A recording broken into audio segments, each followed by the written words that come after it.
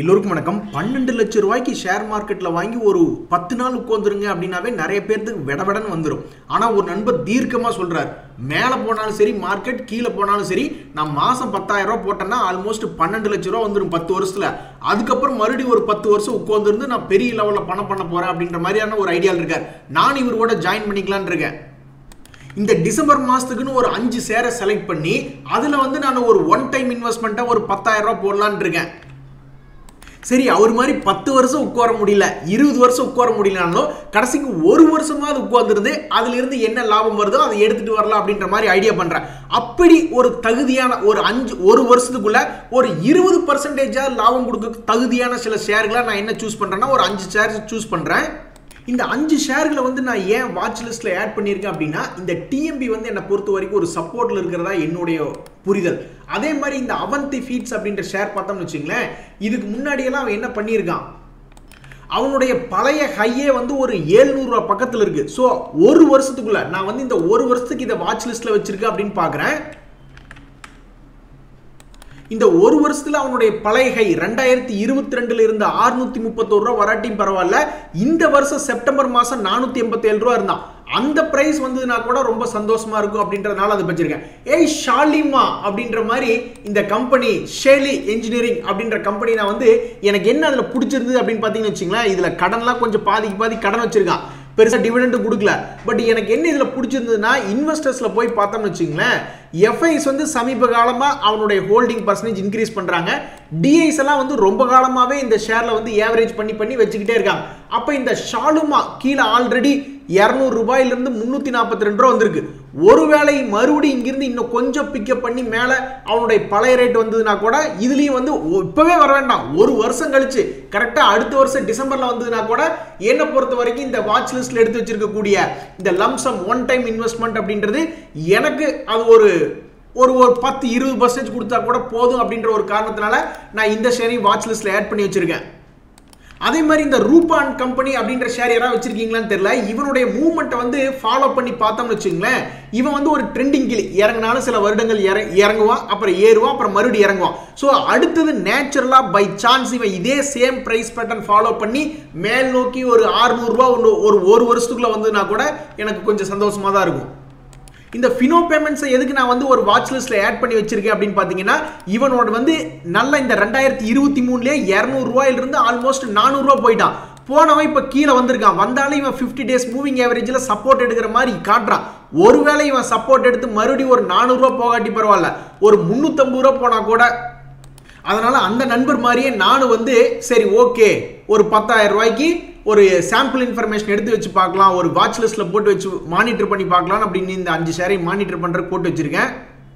நண்பர்களே, நான் பார்த்துட்டு இருந்தேன் 52 வீக் லோ கீழே போயிட்டு மறுபடியும் திரும்பக்கூடிய பங்குகள் ஏதாவது இருக்கு அப்படின்னு பார்த்தோம்னு வச்சுங்களேன், இந்த பார்பிக் அப்படின்றதுடைய பங்கு 2023 இந்த வருஷம் ஹை ஆல்மோஸ்ட் 1000 ரூபாய் பக்கத்தில் இருக்கா.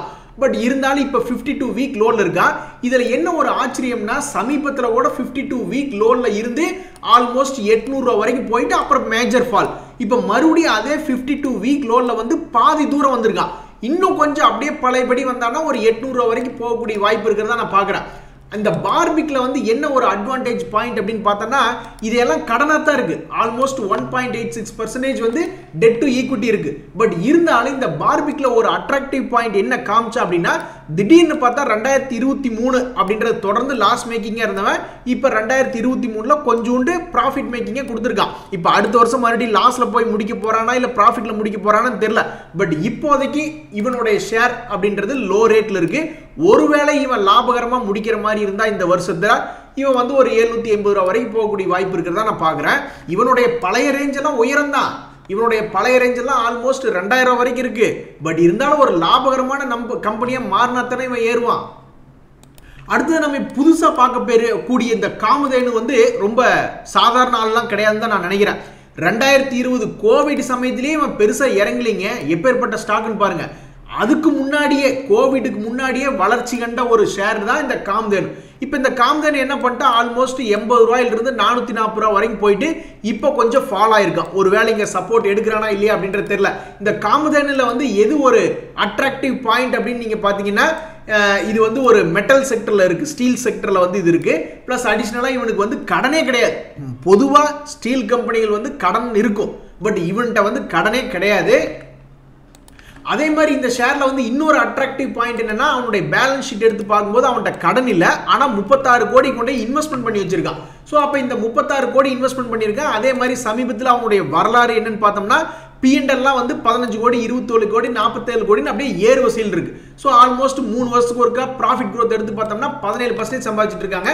இன்னொரு அட்வான்டேஜ் பாயிண்ட் என்ன அப்படின்னு நான் பார்க்க போனால், FISDS ஹோல்டிங் வந்து பெருசாக இல்லை. ஸோ இவனுடைய பழைய பியூர் ஃபண்டமெண்டல்ஸை பேஸ் பண்ணி இங்கிருந்து இவ்வளோ தூரம் வந்துட்டான். இப்போ மறுபடியும் ஒரு வேளை ரீட்ரேஸ்மெண்ட் ஆகி மேலே போகிற மாதிரி இருந்தால் 440 ரூபா இயர் லோவிலிருந்து இயர் ஹை மறுபடியும் வந்தானா சந்தோஷமாக இருக்கும். ஓ பட்டர்ஃப்ளை நீ ஏன் பறக்க மாட்டேன்னு நம்ம கேட்க வேண்டியதாக இருக்குது. உண்மையிலேயே இந்த ஷேர்னுடைய சமீபத்திய பேட்டர்ன் பார்க்கும்போது ஒரு பட்டர்ஃப்ளை மாதிரியே தான் இருக்குது. இந்த ஷேர் வந்து ஏன் பறக்க மாட்டேன்னு தெரியல, பட் என்னை பொறுத்த வரைக்கும் இது வந்து இப்போதைக்கு ஃபண்டமெண்டலி ஸ்ட்ராங்கான ஷேராக தான் நான் பார்க்குறேன். இந்த ஷேரில் வந்து ஷேர் மார்க்கெட் என்ன குத்தம் கண்டுபிடிச்சது அப்படின்றது தெரியல. இவன்ட்ட கடன் அப்படின்றது கிடையாது. இந்த ஷேர் வந்து ப்ராஃபிட் அண்ட் லாஸ் அப்படின்னு பார்க்கும்போது இவனு வந்து கொஞ்சம் ஏறுமுகமாக இருக்கான். 16 கோடி லாபம் பண்ணால் அதுக்கடுத்து இப்போ 52 கோடி பண்ணிட்டு இருக்கான். அப்புறம் இப்போ ட்ரெயிலிங் 12 months எடுத்து பார்த்தாலும் 43 கோடி லாபம் அப்படின்ற மாதிரி பண்ணிட்டு இருக்கான். இதே மாதிரி டிஐஎஸ்னுடைய ஹோல்டிங் பர்சன்டேஜ்லாம் இருக்குன்னு பார்த்தோம்னா அவங்களும் ஓரளவுக்கு 6% ஹோல்டிங் பண்ணிட்டு இருக்காங்க. பட் இருந்தாலும் இந்த பட்டர்ஃப்ளை அப்படின்ற ஷேர் நம்ம பார்க்கும்பொழுது அவன் வந்து சப்போர்ட் லெவலில் தான் இருக்கான். இந்த வருஷத்தினுடைய சப்போர்ட் லெவலில் இருக்கா. இதுக்கு முன்னாடியே ஒரு முறை 1000 ரூபாயிலிருந்து 1300 ரூபா போனவன் தான். ஸோ இங்கிருந்து சப்போர்ட் எடுத்து அடுத்த வருஷத்தில் ஒரு 1300 ரூபா போச்சுன்னா ரொம்ப சந்தோஷமா இருக்கும் இந்த ஷேர் வாங்கி வச்சிருக்கிறவங்களுக்கு. நண்பர்களே, என்னைக்குமே ஒரு குவாலிட்டியான ஸ்டாக் தான் வாங்கணும். கோக்குமக்கான ஸ்டாக் அதாவது தெரியாது. இப்போ விப்ரோ அப்படின்ற ஷேர் வந்து நினைச்சு நான் வாங்குங்க அப்படின்னு யாராவது நிர்பந்தப்படுத்தினா 10 லட்ச ரூபாய்க்கு கூட நான் நம்பி வாங்கலாம். ஏன்னா விப்ரோ அப்படின்ற ஷேர் அழிஞ்சு போகாது. இதே வந்து நம்ம இந்த பாம்பே மெட்ரிக் அப்படின்ற ஒரு ஷேர் உதாரணமாக காட்டுறோம் பாருங்க. இது ஒரு மாதிரி நெஞ்சு பிடிச்சிக்கிற மாதிரி ஆயிடும். இவன் என்னன்னே தெரியாம 50 ரூபாயிலிருந்து 550 ரூபா போனவன் இப்போ 116 ரூபாயில வந்து கோந்திருக்கான். அதனால நண்பர்களே, ஷேர் மார்க்கெட்ல பணம் போடுறீங்க. அதுலயும் ஒரு நண்பர் சொன்னார் பாத்தீங்களா, மாசம் 10,000 ரூபாயா 10 வருஷத்துக்கு போடுறாரு, ஆக மொத்தம் 12 லட்சம் ரூபா வருது. அந்த மாதிரி போடும்பொழுது நல்ல பங்குகளை பார்த்து போட்டுக்கிறது ரொம்ப நல்லது. ஏதாவது மேக்லான் கம்பெனின்னு போட்டோம்னா இந்த மாதிரி நம்மளுக்கு ஒரு மாதிரி ரொம்ப கஷ்ட காலத்தை கொடுத்துருவாங்க. நண்பர்களே, ஷேர் மார்க்கெட்ல ஜெயிச்சவங்களும் சரி தோத்தவங்களும் சரி என்ன சொல்றாங்கன்னா, தயவு செய்து ஷேர் மார்க்கெட்டை வந்து ஏவரேஜ் பண்ணி ஜெயிக்க பாருங்க அப்படின்றாங்க. ஒரு நண்பர் வந்து விப்ரோல 2 வருஷமா வெயிட் பண்ணி அட போங்கப்பா அப்படின்னு வந்து அவர் வெளியே வந்துட்டார். இருந்தாலும் அவருடைய அனுபவம் என்னன்னா, நீங்க கண்டினியூஸா ஏவரேஜ் பண்ணீங்கன்னா நீங்க ஜெயிக்கிறதுக்கு வாய்ப்பு இருக்கு அப்படின்னு சொல்றாரு. இன்னொரு நண்பர் ஜெயிச்சிருக்காரு. LIC ஷேர்ல யாரும் கனவுல கூட நினைச்சு பார்த்துருக்க மாட்டாங்க. அவன் பாட்டுக்கு 500 ரூபா ரேஞ்சில் இருந்தவன் இப்ப 800 ரூபா வந்துட்டான். நம்ம நண்பர் என்ன பண்ணியிருக்காரு, 879 வாங்கியிருக்காரு, 715, 675ன்னு ஏகப்பட்ட டைம்ல வந்து ஷேர்ஸை வாங்கி இப்ப ஏவரேஜ் வந்து ஒரு மாதிரி 675 ரூபாய்ன்னு கொண்டு வந்துட்டாரு. 220 ஷேர். இவ்வளவு வருஷம் கஷ்டப்பட்டதுக்கு ஒரு சந்தோஷம் கொடுத்துருக்கான் பாருங்க. 220 ஷேர்னா எப்படியும் ஆல்மோஸ்ட் ஒரு 20,000 ரூபாய்க்கு மேல லாபம் இருக்கு. இது சும்மா வந்தது இல்லை. இந்த 20,000 ரூபாய் லாபம் ஒரு தேர்ந்த நோக்கத்தோட கரெக்டா பர்ஃபெக்டா ஏவரேஜ் பண்ணி ஜெயிச்சு வந்திருக்காப்ல. நண்பர்களே, எனக்கும் ஐபிஓக்கு ராசியே இல்லை. நல்ல ஐபிஓக்கள் கிடைக்க மாட்டேங்குது. இந்த சமயத்தில் ஒரு நண்பர் என்ன சொல்றாருன்னா, இந்த Edelweiss recently listed IPO fund அப்படின்னு ஒன்று இருக்கு, அதுல பாருங்க அப்படின்ற மாதிரி சொல்லியிருந்தாப்ல. இந்த எடில்வைஸ் ரீசென்ட்லி லிஸ்டட் ஐபிஓனுடைய ஒரு மாச ரிட்டர்ன் இப்போ நம்ம பார்த்தோம்னா 1.36% இருக்கு. 6 மாசத்துல பார்த்தோம்னா 18%, ஒரு வருஷத்துல பார்த்தோம்னா 34% சம்பாரிச்சு கொடுத்துருக்காங்க. ஏன்னா இந்த இப்போ ரீசெண்டா வந்த ஐபிஓக்களுடைய பர்ஃபார்மன்ஸ் வந்து சூப்பரா இருக்கு. உங்களுக்கு ஞாபகம் இருக்கா, சமீபத்தில் வந்த அந்த 5 ஸ்டார் பிசினஸ் இதுவும் வந்து லிஸ்டிங் அப்புறம் நல்ல கெயின் தான் கொடுத்துருந்தாங்க. இந்த மாதிரி அவங்க தேர்ந்தெடுத்த சில ஸ்டாக்குகளை வந்து அதிகமாக முதலீடு பண்றாங்க. எப்படி பார்த்தாலும் ஆல்மோஸ்ட் வந்து 34% சம்பாரிச்சு கொடுத்துருக்காங்க. இது ஒரு நல்ல தகவல் ஒருத்தர் பரிமாறி இருக்காரு. உண்மையிலேயே ரொம்ப சந்தோஷமா இருக்கு. ஏன்னா ஐபிஓ கிடைக்காம நிறைய பேர் இருக்காங்க. இப்படி கிடைச்சதுன்னா ரொம்ப சந்தோஷம் தான். ஏங்க எப்படி பார்த்தாலும் ஒரு வருஷத்துக்கு 30% சம்பாரிச்சு கொடுத்தா சந்தோஷம் தான். நண்பர்களே, சமீபத்தில் டாடா என்ன சொல்லியிருந்தாங்க அப்படின்னா, இந்த மாதிரி அவங்களுக்குள்ளேயே சில கம்பெனிகளை மெர்ஜர் பண்ணிக்கலாம் அப்படின்ற மாதிரி சொல்லியிருந்தாங்க. ஒரு உதாரணத்துக்கு டாடா கெமிக்கலையும் மற்ற ரேலிஸ் இந்தியா அது போன்ற சில குரூப் ஆஃப் கம்பெனிஸ் வந்து ஒரே மாதிரி அல்லது அந்த செக்டர்ல இருந்தாங்கன்னா அதை மெர்ஜ் பண்ணிக்கலாம் அப்படின்ற மாதிரிலாம் டிஸ்கஷன் போயிட்டு இருக்கு. அப்போ எதிர்காலத்தில் இந்த டாடா டெக்னாலஜிஸ், டாடா எல்சி அப்படின்றது வந்து கிட்டத்தட்ட ஒரே மாதிரியான ஏரியாவில் தான் ஒர்க் பண்ணுறாங்க. எதிர்காலத்தில் மெர்ஜர் ஆகிறதுக்கு வாய்ப்பு இருக்கிறதா தான் நான் பார்க்குறேன். பட் அதெல்லாம் வந்து ரொம்ப ஸ்பெகுலேட்டிவ் பேசிஸ். அவங்க என்னைக்கு வந்து NSE-லயோ அல்லது BSE எக்ஸ்சேஞ்சிலையோ ஒரு நோட்டீஸ் ஒன்று ஃபைல் பண்ணுறாங்களோ அன்னைக்கு தான் இது வந்து உண்மை. அது வரைக்கும் இது வந்து ஒரு ஸ்பெகுலேட்டிவ் ரூமராக தான் போயிட்டு இருக்கும். மறுபடியும் ஐடிபிஸா அதில் எனக்கு ரொம்பவுமே பேட் எக்ஸ்பீரியன்ஸுங்க. எனக்கு ஐடிபிஸு ஒர்க் அவுட் ஆகலை, டாட்டானுடைய டெக்னாலஜி ஃபண்டு ஒர்க் அவுட் ஆகலை. ரெண்டுலேயுமே வந்து எனக்கு லாஸ் தான் காரணம், லாஸ் தான் வந்துச்சு. அதுக்கு முக்கிய காரணம் நான் இறங்கும்போது உச்சாணி கொம்பில் இருந்தது, கீழே வரும்போது இதுக்கு மேலே இவன் எங்கத்தை உருப்படுறது அப்படின்ற மாதிரி நான் வெளியே வந்துட்டேன். அதுக்கப்புறம் தான் அமெரிக்காவே உருப்பிட்டுச்சு. அமெரிக்காலேயே நீ ரெசன் இல்லைங்க, ஐடி கம்பெனியில் நீ மறுபடியும் மேலே ஏற ஆரம்பிச்சுட்டு நான் விற்றதுக்கப்புறம் தான் அமெரிக்காவுடைய வரலாறே மாறி இருக்குன்னா பாருங்களேன். அதனால் நான் மறுபடியும் அதுக்குள்ளே போய் மாட்டிக்க விரும்பல. இங்கே பாருங்க, ஒரு நண்பர் கிடைக்கல ஐபிஓ, அதாவது இவர் சொல்லியிருந்தாப்ல எனக்கு மட்டும் ஐபிஓ கிடைச்சதுன்னா நான் மொட்டை அடிச்சுக்கிறேன் அப்படின்னு சொல்லியிருந்தாப்ல. துரதிருஷ்டவசமாக இவருக்கு ஐபிஓ கிடைக்கல, அதனால இவர் மொட்டையே அடிக்கல.